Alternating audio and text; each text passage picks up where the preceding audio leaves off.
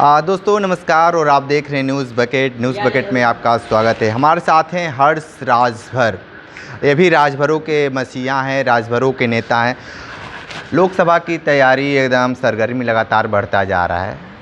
राजभरों को किस तरीके से एकत्रित कर रहे हैं और ख़ासकर जिस तरीके से आप जिस क्षेत्र से आते हैं और लोकसभा चंदौली आपका एरिया पड़ता है, किस तरीके से राजभरों को एकत्रित कर रहे हैं और ओम प्रकाश राजभर को लेकर क्या कहेंगे? देखिए, सबसे पहले तो ओम प्रकाश राजभर जी के भी बारे में बात करना ही चाहूँगा। ओम प्रकाश राजभर जी को गठबंधन में लोकसभा की घोषित सीट मिली। उनके सुपुत्र श्री अरविंद राजभर जी वहाँ के एनडीए के प्रत्याशी हैं। आपने जैसे कि देखा, विगत कुछ दिन पहले माननीय अरविंद राजभर जी को और वहीं के डिप्टी सीएम श्री ब्रिजेश पाठक जी घुटनों के बगल गिराने का काम किए और 3 बार आपने देखा प्रेस मीडिया या तो सोशल मीडिया के माध्यम से 3 बार उन्होंने घुटने टेक के थूक के चटवाने का काम किया।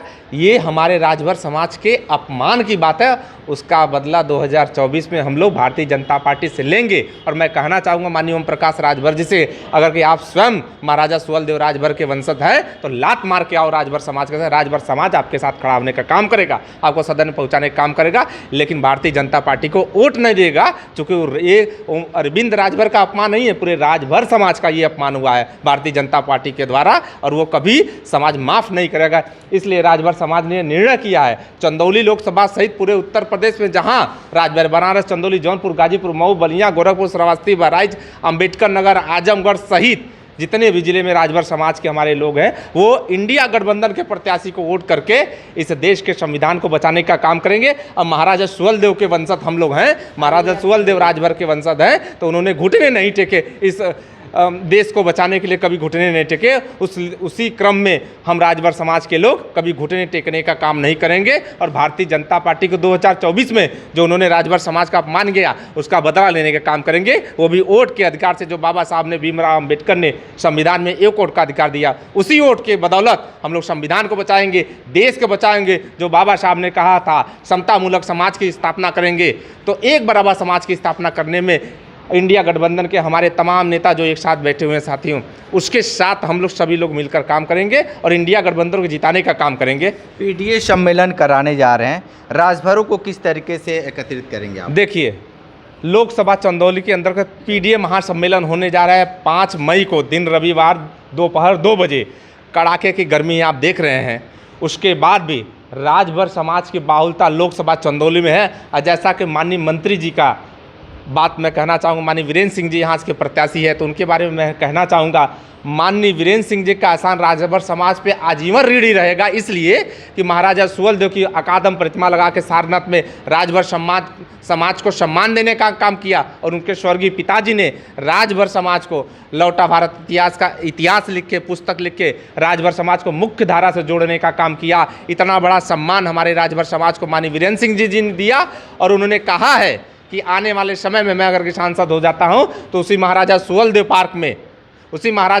पार्क में एक लाइब्रेरी भवन का निर्माण होगा, जिसमें राजभर समाज के इतिहास को वहां रखा जाएगा, जिसमें आने वाली पीढ़ी अपने इतिहास को जानेगी। और चंदौली के जनपद में बड़ी अकादम मूर्ति महाराजा सुहेलदेव का लगा के चंदौली के भी राजभरों का सम्मान करने का काम करेंगे और आजीवन राजभर समाज माननीय मंत्री जी सहित एक बात है, ये पीडीए जो सम्मेलन करके और राजभर को एकत्रित करके किसको चुनौती देंगे? ओम प्रकाश राजभर को चुनौती देंगे या किसको देना चाहते हैं? देखिए, सीधे ओम प्रकाश राजभर जी अनिल राजभर को चुनौती इसलिए देना चाहेंगे कि राजभर समाज को जो बरगलाने का काम किया, ST आरक्षण पे माननीय श्री अनिल राजभर ने अमित शाह को इसी कंट्री मेमोरियल में बुला के प्रमाण पत्र देने का बात कहा था कि नहीं कहा था?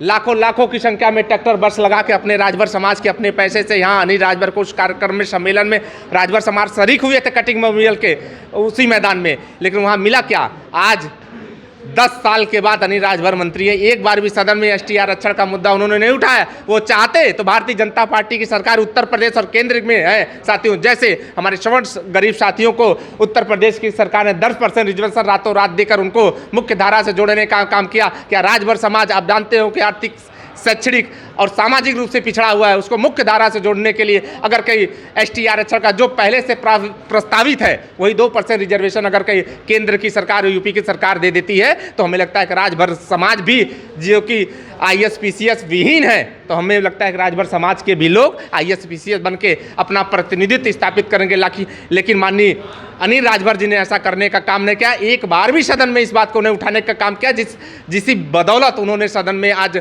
विधायक है, मिनिस्टर है। और रह गई ओम प्रकाश राजभर की बात, आरक्षण की 2002 में उन्होंने पार्टी बनाया, आरक्षण की बात उन्होंने हमेशा कहते हैं, आरक्षण के नाम पर समाज को गुमराह करते थे।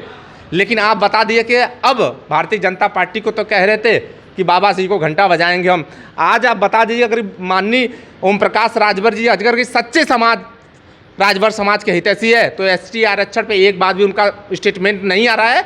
और रह गई बात समाज के राजनीतिक प्रतिनिधित्व की, जब इनको श्री अखिलेश यादव जी ने राजभर समाज को 18 टिकट दिया और उन्होंने चुनाव लड़ा बाप बेटे शिवपुर विधानसभा से, उन्होंने कहा था मैं उसमें शामिल था। श्री अखिलेश यादव जी के यहाँ 15 तारीख को मैं था, वहाँ लखनऊ में टिकट भी था। मैंने हाथ जोड़ के अपील किया था माननीय मंत्री जी वहाँ राजभर समाज के किसी व्यक्ति को साइकिल चुनाव लड़ने दीजिए। तो श्री अखिलेश यादव जी ने ओम प्रकाश जी से कहा कि अगर कहीं आप चाहते हैं तो मेरा बेटा लड़ेगा, लेकिन राजभर समाज का और कोई का बेटा नहीं लड़ेगा। और मैं नहीं चाहता हूं कि राजभर समाज का कोई प्रतिनिधित्व पैदा हुआ। अगर कि आप ऐसा करते हैं तो मैं गठबंधन तोड़ दूंगा। तो उसमें श्री अखिलेश यादव जी की क्या गलती चली? अखिलेश यादव जी ने 18 टिकट दिया राजभर समाज को। जफराबाद की सीट, शिवपुर की सीट, आपकी अजरगा सीट, तमाम ऐसे सीटों को मैं गणना कर सकता हूँ साथियों।